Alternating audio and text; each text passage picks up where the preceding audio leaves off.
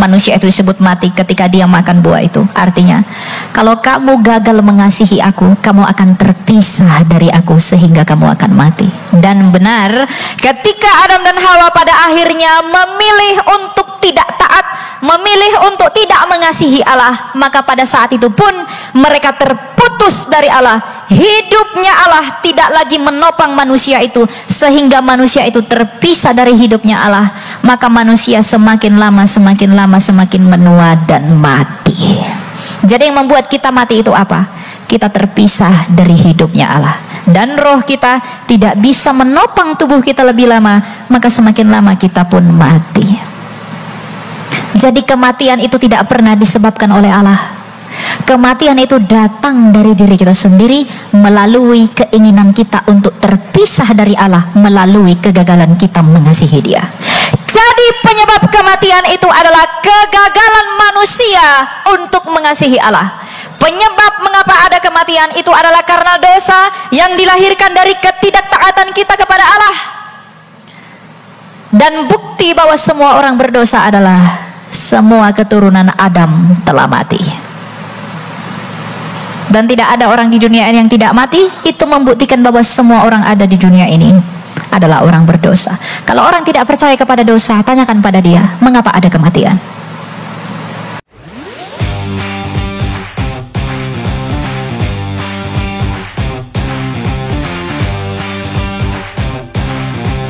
Selamat siang. Perkenalkan, nama saya Elia. Dan saya berumur 21 tahun. Seperti yang Anda lihat, saya masih kecil, ya. Oke. Nah, sekarang kita akan belajar firman Tuhan. Saya di sini ada 2 sesi. Sesi yang pertama ini saya akan bahas tentang mengapa orang harus percaya kepada Yesus. Sesi kedua nanti saya akan bahas tentang bagaimana mengikut Dia itu dalam pertobatan. Jadi temanya tidak sama. Dan hari ini pada sesi yang pertama bagian saya akan memokuskan kenapa orang harus percaya kepada Dia yang disebut Kristus itu. Ayatnya kita ambil dari sabda Tuhan kita sendiri dalam Yohanes 8 ayat yang ke-24. Ketika Tuhan Yesus berbicara dan berkata, "Karena itu tadi aku berkata kepadamu bahwa kamu akan mati dalam dosamu, sebab jikalau kamu tidak percaya bahwa akulah Dia, kamu akan mati dalam dosamu." Mulai dari ayat 23. Lalu Ia berkata kepada mereka, "Kamu berasal dari bawah, aku dari atas. Kamu dari dunia ini, aku bukan dari dunia ini. Karena itu tadi aku berkata kepadamu bahwa kamu akan mati dalam dosamu, sebab jikalau kamu tidak percaya bahwa akulah Dia, kamu akan mati dalam dosamu." Mengapa Tuhan kita Yesus Kristus bersabda bahwa kalau kamu tidak percaya bahwa akulah Dia, kamu akan mati dalam dosamu? Apa yang ditawarkan, apa yang dilakukan, apa yang disediakan, apa yang dikerjakan oleh Dia yang disebut Kristus itu, sehingga Ia berkata, kalau kamu tidak percaya bahwa akulah Dia, kamu akan mati dalam dosamu.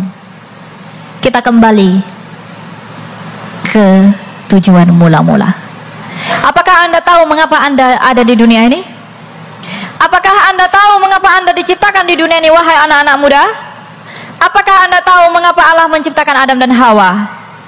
Pada mulanya Allah menciptakan manusia untuk tujuan yang kekal. Karena Allah itu ingin menciptakan manusia sebagai mitranya yang kekal. Allah menginginkan hubungan itu dalam hubungan yang kekal, bukan hubungan yang sementara. Makanya ketika ada orang menikah, dikatakan semoga langgeng pernikahannya. Artinya apa?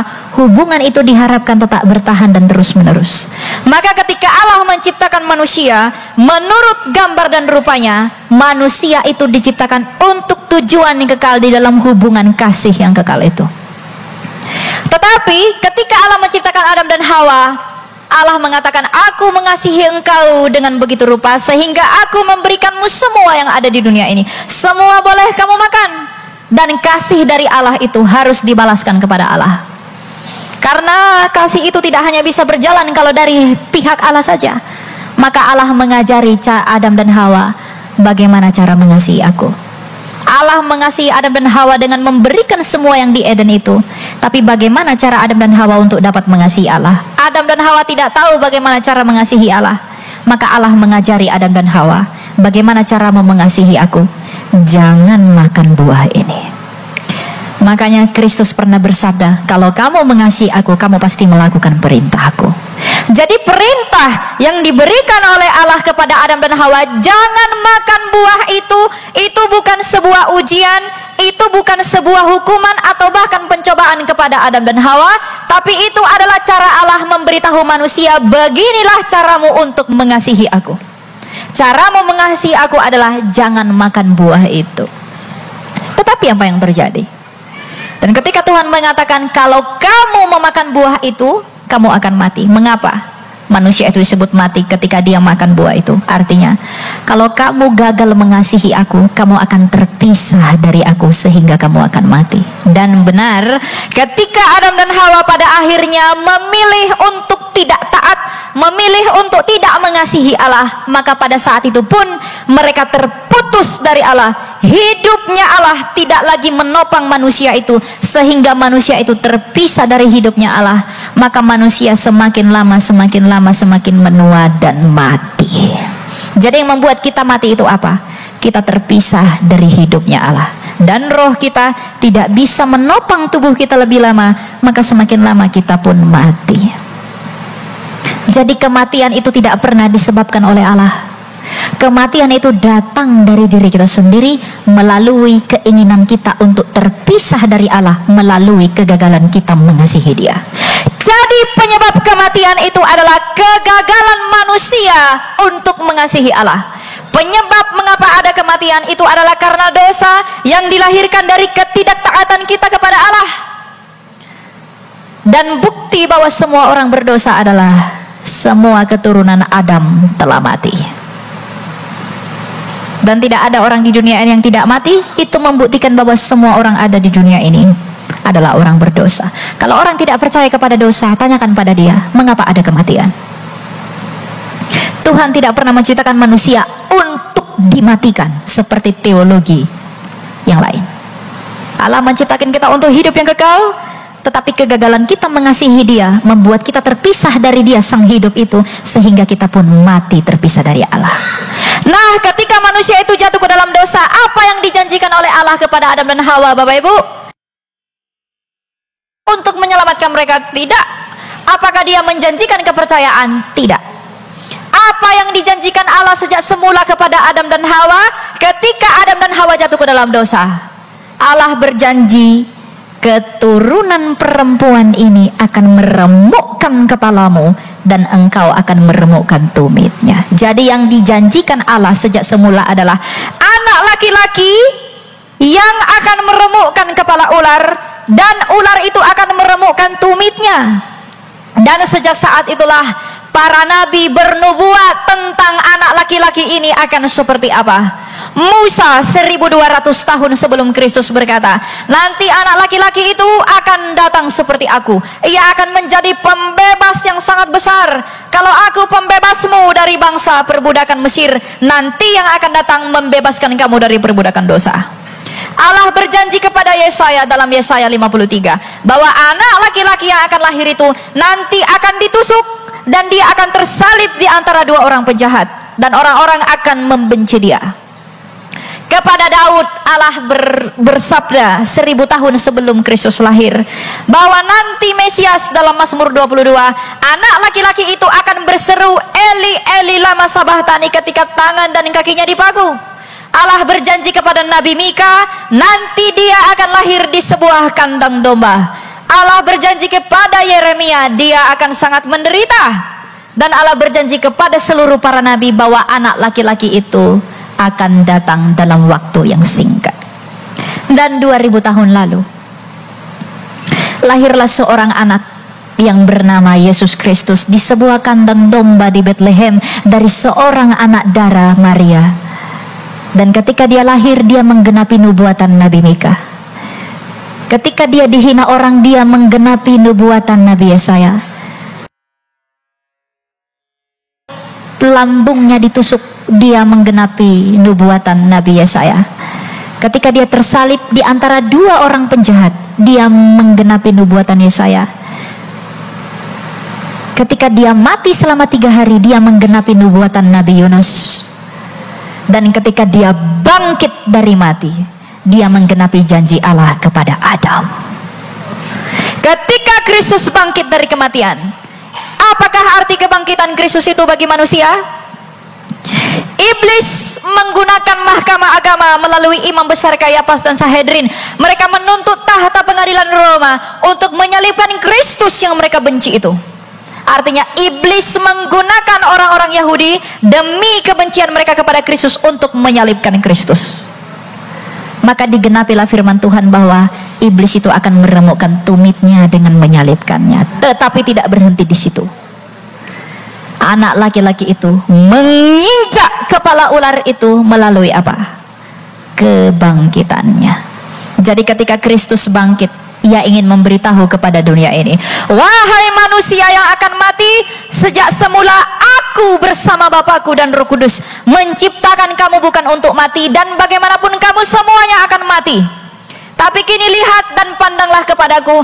Aku telah membuktikan kepadamu bahwa aku telah mati dengan maksud memasuki kematian itu, dan aku telah mengalahkan kematian itu melalui kebangkitanku ini, yang artinya kematian yang merenggut kamu semua tidak dapat menahan aku lebih lama. Jadi kalau kamu tidak mau di dalam kematian itu untuk selama-lamanya, maka percayalah kepadaku saja agar kamu hidup. Jadi kalau orang ingin hidup yang kekal, kalau orang ingin memperoleh hidup, ia tidak punya alasan untuk menolak Yesus Kristus. Sebab hanya dialah di dalam sejarah dunia ini yang tercatat bangkit yang disaksikan oleh ratusan orang, dan ketika ia naik ke surga pun ia dilihat oleh banyak orang. Hidup, jikalau kamu ingin hidup dan kamu tidak ingin di dalam kematian itu, maka percayalah kepada Dia yang telah mengalahkan kematian itu melalui kebangkitannya. Apapun agama orang, apapun kepercayaan orang, yang diinginkan orang itu hanya 2. Ada 2 hal, apapun agamanya, dari perempuan manapun dia lahir, dari suku manapun dia berada, di negara bagian manapun dia, ada 2 hal yang wajib ada di dalam batin setiap manusia. Yang diinginkan oleh manusia adalah hidup. Oleh karena itu semua orang di dunia ini berusaha cari uang banyak-banyak demi perut agar dia bisa tetap hidup, bukan? Kamu bekerja susah payah demi apa?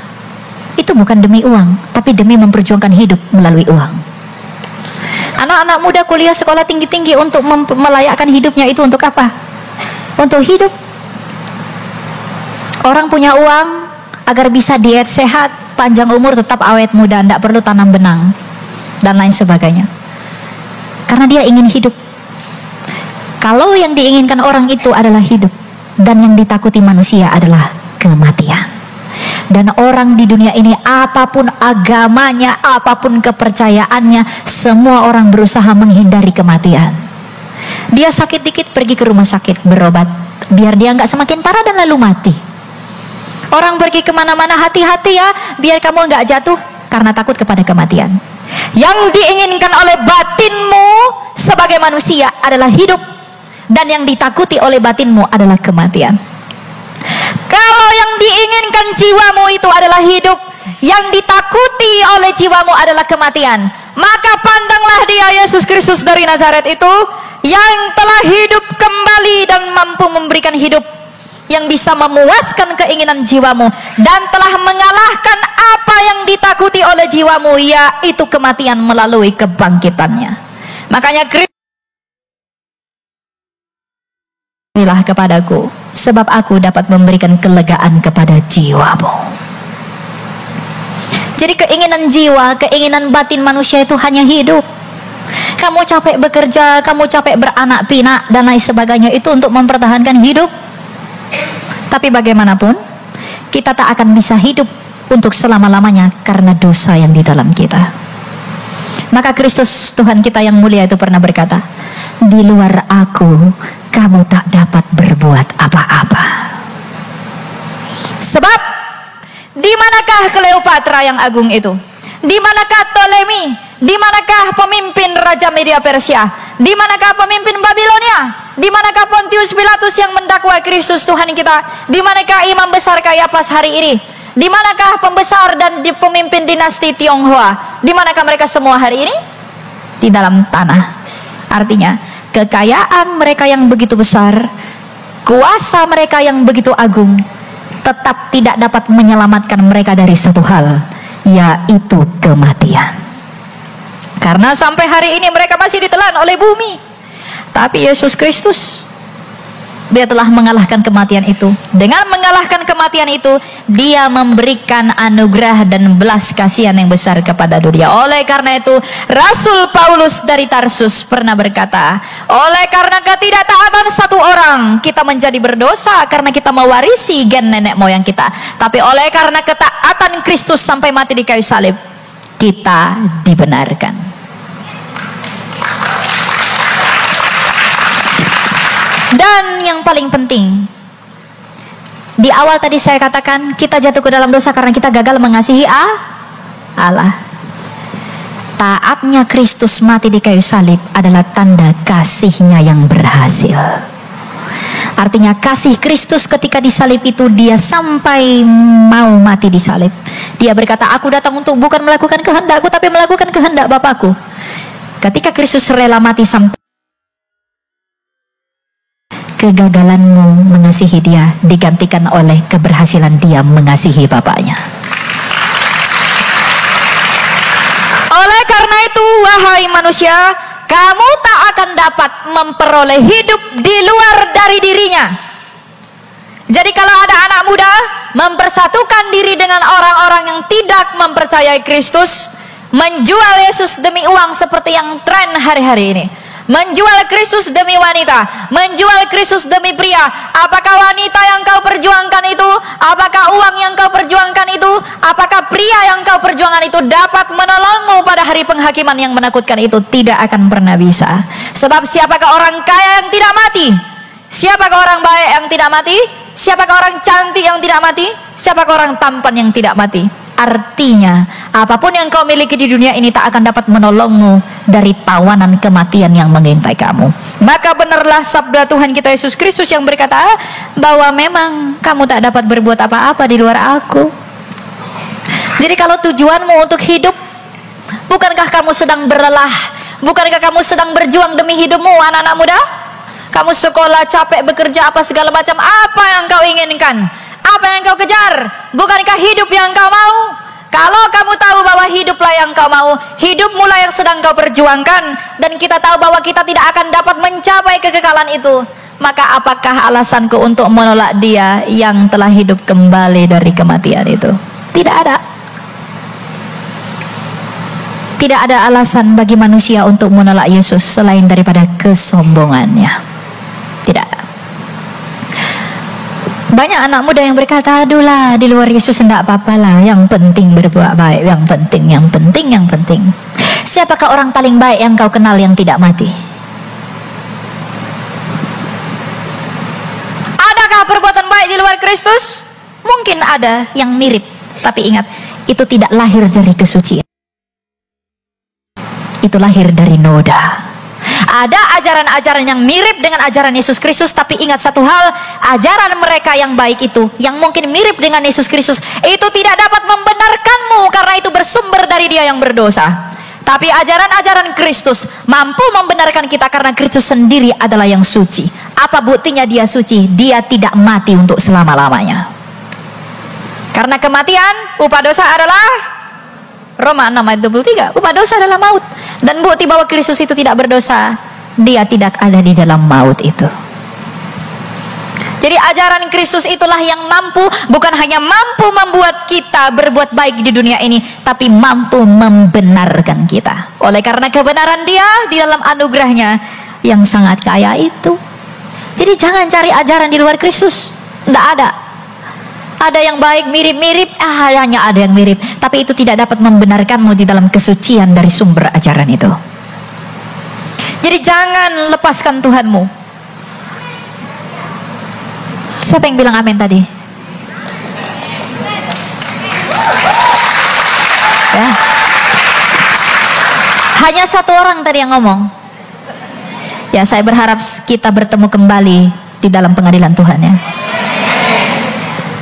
Ya. Jadi jangan tinggalkan dia. Ini pelayanan saya ini muncul tuh untuk anak-anak muda yang liberal. Anak-anak muda sekarang tuh banyak liberal.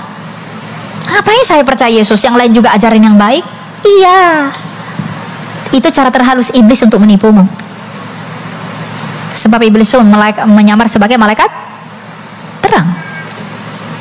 Kalau yang baik-baik, iblis menawarmu tidak dengan muka yang menyeramkan. Dia tampan, gagah, cantik, untuk menawar dan memikat hatimu.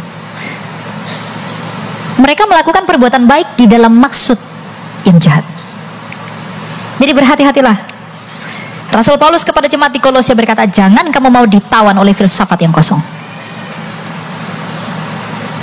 Ajaran sesat itu bukan ajaran yang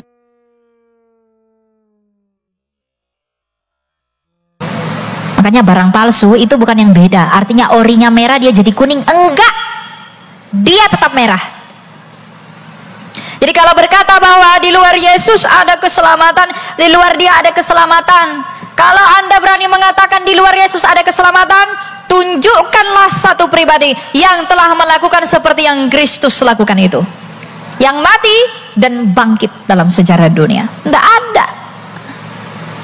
Jadi ketika dia bangkit dari kematian, itu memberikan kita pengharapan yang baru. Makanya ayat Alkitab berkata, sekiranya ia tidak bangkit, maka sia-sialah kepercayaanmu. Kamu percaya kepada A, B, C, dan D, F, G, H, I, J, K, L, M, N. Kamu percaya kepada itu semua. Mampukah itu menghidupkanmu? Tidak. Karena mereka pun tak dapat menyelamatkan diri mereka sendiri. Mereka tak dapat menolong diri mereka sendiri. Jadi kalau ada orang menjual Kristus demi hal-hal yang ada di dunia ini, sungguh malang sekali. Karena mereka berpikir mereka dapat menyelamatkan diri mereka sendiri, padahal apa yang mereka perjuangkan itu pun tak akan mereka bawa ketika mereka mati ke dalam tanah. Dalam hal ini uang, pasanganmu, nggak ada pasanganmu yang mau ikut mati denganmu. Aku misalnya punya pacar kan, sayangku, cintaku, aku sangat mengasihimu. Ketika kamu mati, dia nggak mau ikut mati samamu, dia kawin lagi. Alkitab berkata orang yang cerai mati boleh kawin lagi. Iya toh? Nah kalau itu yang kamu perjuangkan dengan meninggalkan Kristus, betapa malang bukan? Kasihan kan? Berpikir lebih jauh wahai anak-anak muda. Jangan karena cintamu, pacarmu, kamu melakukan banyak hal demi pacarmu, demi istrimu, demi suamimu. Kenapa kamu melakukan itu? Aku suka dia, aku mencintai dia. Tapi pernah nggak kita melakukan hal yang sama demi cinta kita kepada Kristus? Sedangkan yang dapat menyelamatkan kita hanyalah dia. Lalu kita menyebut diri kita Kristen? Dan kita menyebut diri kita saya diselamatkan. Dirimu sendiri. Jadi mutlak tidak ada keselamatan, tidak ada jawaban di luar Yesus Kristus itu kalau kamu mau hidup dan kamu mau dibebaskan dari kematian. Tidak ada. Makanya dalam Efesus yang keempat, apa yang dilakukan oleh Kristus ketika dia bangkit dari mati?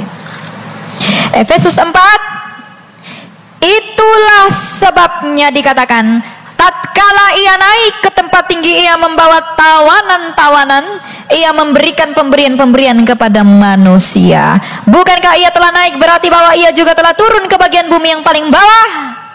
Ia yang telah turun, ia juga yang telah naik jauh lebih tinggi daripada semua langit untuk memenuhi segala sesuatu. Jadi ketika dia dikatakan ia naik ke tempat tinggi, karena ia pernah turun ke tempat ini. Ia turun ke tempat ini untuk membebaskan kita dari hal yang tak dapat kita kalahkan, yaitu maut dan kuasanya. Makanya dalam 1 Korintus 15, apa yang dikumandangkan oleh Rasul Paulus kepada jemaat di Korintus tentang maut itu? Apa yang Rasul Paulus sampaikan sebagai bentuk pengharapan kepada jemaat di Korintus? 1 Korintus 15 ayat 54 dan 55, sesudah yang dapat binasa ini mengenakan yang tidak dapat binasa, dan yang dapat mati ini mengenakan yang tidak dapat mati, akan digenapi firman yang tertulis, maut telah ditelan dalam kemenangan. Hai maut, di manakah kemenanganmu? Hai maut, di manakah sengatmu? Ketika para rasul ini melihat betapa hebatnya Yesus Kristus itu mengalahkan kematian, ketika para rasul ini melihat betapa dipermalukannya kematian itu, makanya semua rasul rela mati dan tidak takut mati demi Kristus. Karena mereka telah melihat, Kristusku yang kulayani telah mengalahkan kematian. Apakah alasanku takut kepada kematian itu? Makanya Petrus ketika disalib terbalik di Roma, dia sembari menginjili sambil dicambuk-cambuk. Menginjili. Andreas, Bartolomeus dan semua rasul, mereka berkata apa? Kamu pikir aku takut mati? Tidak, karena Tuhan yang sedang kuperjuangkan dalam beritanya, dalam Injilnya, itu telah mengalahkan apa yang paling ditakuti oleh manusia, yaitu kematian. Makanya Rasul Paulus berkata, kalau hidup adalah Kristus, maka mati adalah keuntungan. Ada yang mau mati di sini? Tidak takut mati tidak sama dengan cari mati. Jadi habis dari sini jangan Anda bilang, oh Elia bilang enggak perlu takut mati, lalu Anda menabrakkan diri. Enggak boleh. Kalau hidup kita adalah Kristus itu, maka mati adalah sebuah keuntungan bagi kita. Itulah yang membedakan kita dengan orang yang di luar Kristus, Bapak Ibu. Orang di luar Kristus tak punya pengharapan setelah kematian yang pasti. Tidak ada. Tapi kita bukan hanya kepastian, tapi karena ia telah membuktikan di dalam peristiwa sejarah ini, bahwa hanya akulah yang mampu menyelamatkanmu, kata Kristus Yesus, Raja yang tak berkebinasan itu. Maka datanglah kepadaku, wahai manusia yang berdiri di tepi jurang maut kebinasaan. Kita ini semua berdiri di tepi jurang maut kebinasaan. Bergeser dikit, kita jatuh ke dalam dakwaan. Maka dia memanggil kita, wahai anak-anakku, lihatlah aku dan apa yang telah kulakukan. Maka benarlah sabdanya dia, akulah kebangkitan dan hidup. Barang siapa percaya kepadaku tidak akan mati melainkan hidup kembali. Dan dia tidak hanya omong-omong doang, dia buktikan itu. Gak mungkin rela para rasul kalau cuma Yesus ngomong begitu aja tapi dia mati lalu membusuk. Tidak mungkin para rasul rela mau mati demi Kristus. Gak mungkin. Tapi karena mereka melihat betapa ajaibnya Yesus Kristus ini, dia membuktikan semua apa yang dia ucapkan. Maka aku harus mempercayakan diriku kepada dia, karena kita tahu kita tidak mampu berbuat yang seperti dia lakukan. Inilah Injil itu. Injil adalah Evangelion, kabar baik. Kabar buruknya apa? Kematian. Kabar baiknya apa? Kehidupan. Kabar buruknya apa?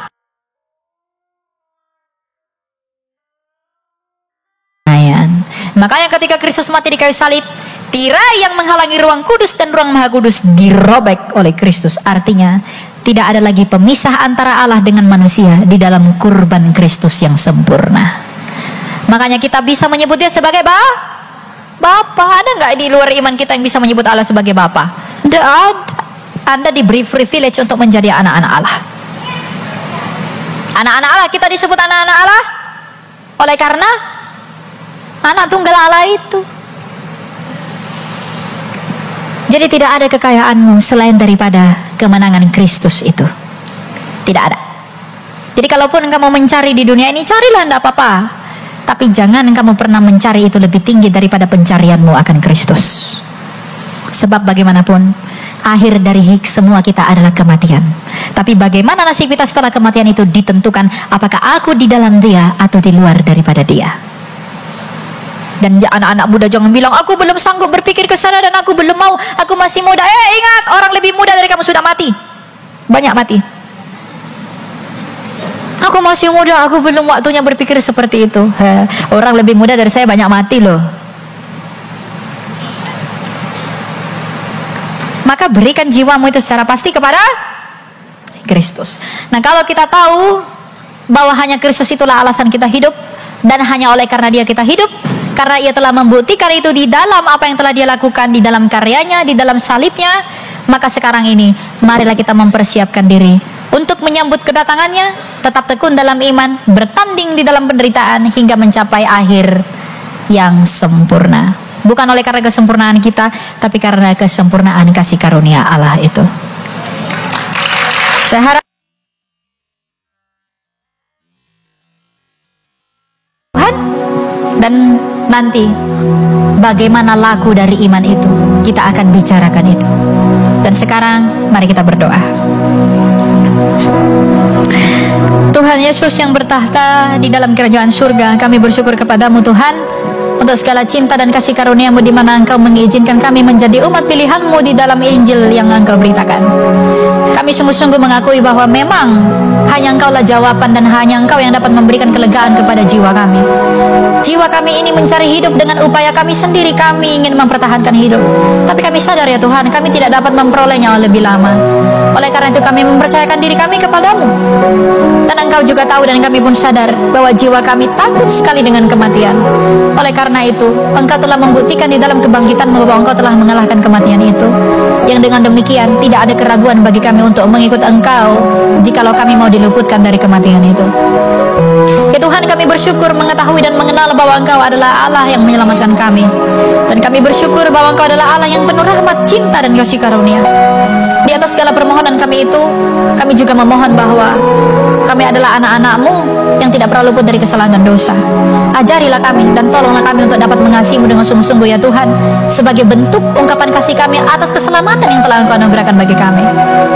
Engkau tahu sebagaimana Engkau tidak menolak perempuan pesundal yang menyikat kaki-Mu. Janganlah kiranya Engkau menolak kami orang-orang berdosa ini jikalau kami mau kembali kepadamu. Dan sebagaimana Engkau melepaskan pengampunan-Mu kepadanya, maka lepaskanlah kepada kami pengampunan agar hati kami bersuka cita dari dakwaan yang tidak benar. Dan sebagaimana Engkau tidak menolak anak yang hilang, kami mungkin adalah anak-anak-Mu yang terhilang di dalam cara hidup kami, tindakan kami, perkataan kami, dan apapun yang kami lakukan. Kami mau kembali kepadamu ya Tuhan. Janganlah kiranya Engkau menolak kami. Dan sebagaimana Engkau mendatangi pemungut cukai itu dan mengangkatnya menjadi murid-Mu, ajarlah kami dan tuntunlah kami kepada seluruh kebenaran yang Engkau miliki. Dan sebagaimana Engkau mendatangi Saulus, penjahat itu, lalu mengubahkannya menjadi Paulus di dalam penderitaan. Dan jikalaupun Engkau tahu kami mampu melewatinya, ubahkanlah kami menjadi pribadi yang baik dan perkenankanlah kami menjadi pemberita Injil-Mu yang kudus seperti Paulus, agar kami mencapai garis akhir pertandingan kami dengan baik, sebagaimana Rasul itu telah menyelesaikan pertandingannya juga dengan baik. Dan sebagaimana Engkau dengan sudi turun ke dunia ini dalam inkarnasi-Mu di kandang domba yang hina, maka sudilah kiranya Engkau berbaring di tubuh kami yang hina dan yang cemar ini. Ubahkan dan sucikanlah kami orang-orang yang berdosa ini, karena kami tahu tidak ada kebenaran di dalam diri kami ini selain daripada kebenaran-Mu. Jangan izinkan kami mencium-Mu sebagaimana Yudas, tapi izinkanlah kami sebagaimana si pencuri. Kami akan mengaku, ingatlah kami ya Tuhan apabila Engkau kembali dalam kerajaan-Mu. Engkau adalah timbangan yang adil di antara dua orang penjahat yang tersalib di sebelah-Mu. Yang satu telah binasa karena ia telah meninggikan dirinya dan tak mengakui Engkau, tapi yang satu telah Engkau bawa ke Firdaus-Mu karena ia telah merendahkan dirinya dan mengaku bahwa Engkau adalah Raja. Maka pada hari ini kami pun mengaku bahwa Engkau adalah Raja kami dan penguasa kami. Maka ingatlah kami ya Tuhan apabila Engkau kembali dalam kerajaan-Mu. Kami berdoa bukan oleh karena apa yang ada pada kami, tapi kami yakin berdoa oleh karena kemurahan hati-Mu dan kebesaran kasih-Mu ya Tuhan Yesus Kristus, Imam besar agung kami. Dan segala pujian, syukur dan hormat hanya bagi-Mu saja, dan bagi Bapa yang mulia yang telah mengutus Engkau bagi keselamatan jiwa kami, dan bagi Roh-Mu yang kudus yang menghibur dan menolong kami dan memimpin kami kepada seluruh kebenaran untuk sekarang dan selalu dan untuk selama-lamanya hingga Maranatha. Perhitungkanlah kami di dalam kawanan domba milik-Mu. Janganlah kiranya Engkau melupakan kami dari antara kawanan-Mu, agar kami berbahagia dan dipersatukan kembali di dalam kekekalan yang telah Engkau persiapkan itu. Tuliskanlah nama kami masing-masing di dalam kitab kehidupan-Mu, agar kami selalu tekun dalam pengharapan, dan itulah yang kami nanti